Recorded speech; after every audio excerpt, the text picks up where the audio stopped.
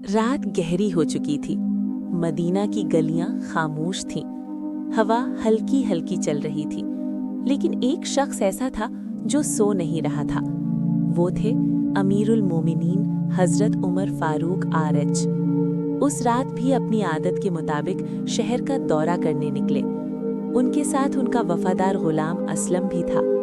दोनों आहिस्ता आहिस्ता चल रहे थे, हर गली हर कोना देखते हुए, जैसे कोई अपने घर के हर फर्द की खबर लेता है। चलते चलते वो मदीना की आबादी से थोड़ा दूर निकल आए, जहां अंधेरा और भी गहरा हो चुका था।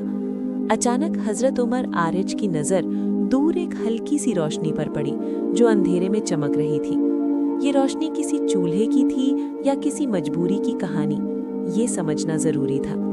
आप रुक गए और गहरी नजर से उस रोशनी को देखा, फिर बिना देर किए उस तरफ चल पड़े, जैसे दिल को पहले ही अंदाजा हो कि वहां कुछ ठीक नहीं। जब वो करीब पहुंचे तो उन्होंने देखा कि एक औरत जमीन पर बैठी है।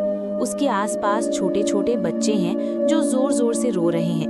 उनकी आवाज में भूख की तकलीफ साफ महसूस हो रही थी। औरत के सामने एक हंडी चूल्हे पर रखी हुई थी और नीचे हल्की सी आग जल रही थी, लेकिन मंजर में एक अजीब सी बेचैनी थी जो फौरन दिल को चुभती थी।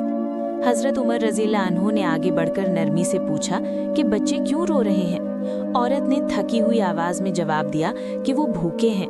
इस जवाब में सिर्फ अल्फाज नहीं थे, बल्कि दर्द छुपा हुआ था।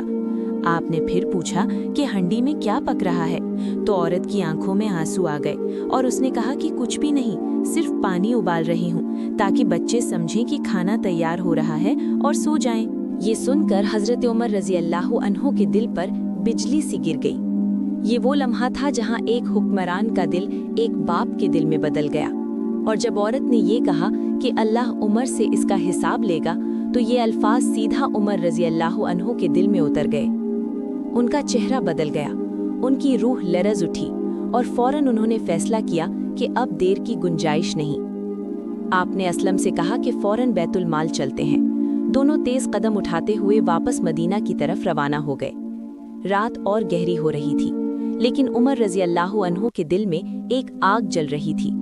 जब वो बैतुल माल पहुंचे तो उन्होंने फौरन आटा निकाला, घी लिया और कुछ खजूर भी साथ रखी।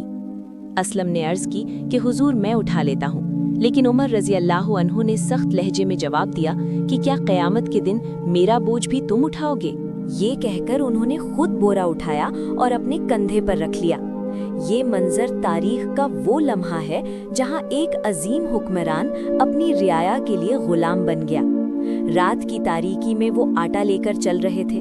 उनका जिस्म थक रहा था, लेकिन दिल में सिर्फ एक फिक्र थी कि बच्चों की भूख कैसे खत्म होगी।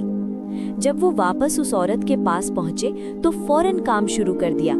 आपने खुद आटा गूंधा, अपने हाथों से रोटी बनाई और हांडी में खाना तैयार करना शुरू किया। असलम हैरान था कि दुनिया का सबसे बड़ा हुक्मरान आज एक आम इंसान की तरह चूल्हे के सामने बैठा है, लेकिन उमर आरे के लिए ये सिर्फ एक काम नहीं बल्कि जिम्मेदारी थी। चूल्हा जलाते वक्त आप झुक-झुक कर फूंक मार रहे थे।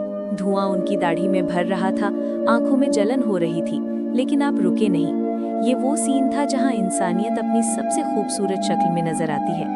जब तक खाना तैयार नहीं हो गया और बच्चों के हाथ में नहीं आ गया, आपने आराम नहीं किया। जब बच्चे खाना खाने लगे और धीरे धीरे उनकी रोने की आवाज़ हंसने में बदल गई, तो उमर रज़ियल्लाहु अन्हु के चेहरे पर सुकून नजर आया।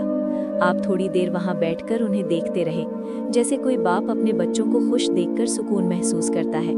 असलम कहते हैं कि उमर रज़ियल्लाहु अन्हु तब तक वहां से नहीं उठे जब तक उन्हें यकीन नहीं हो गया कि बच्चे पेट भरकर सो गए हैं।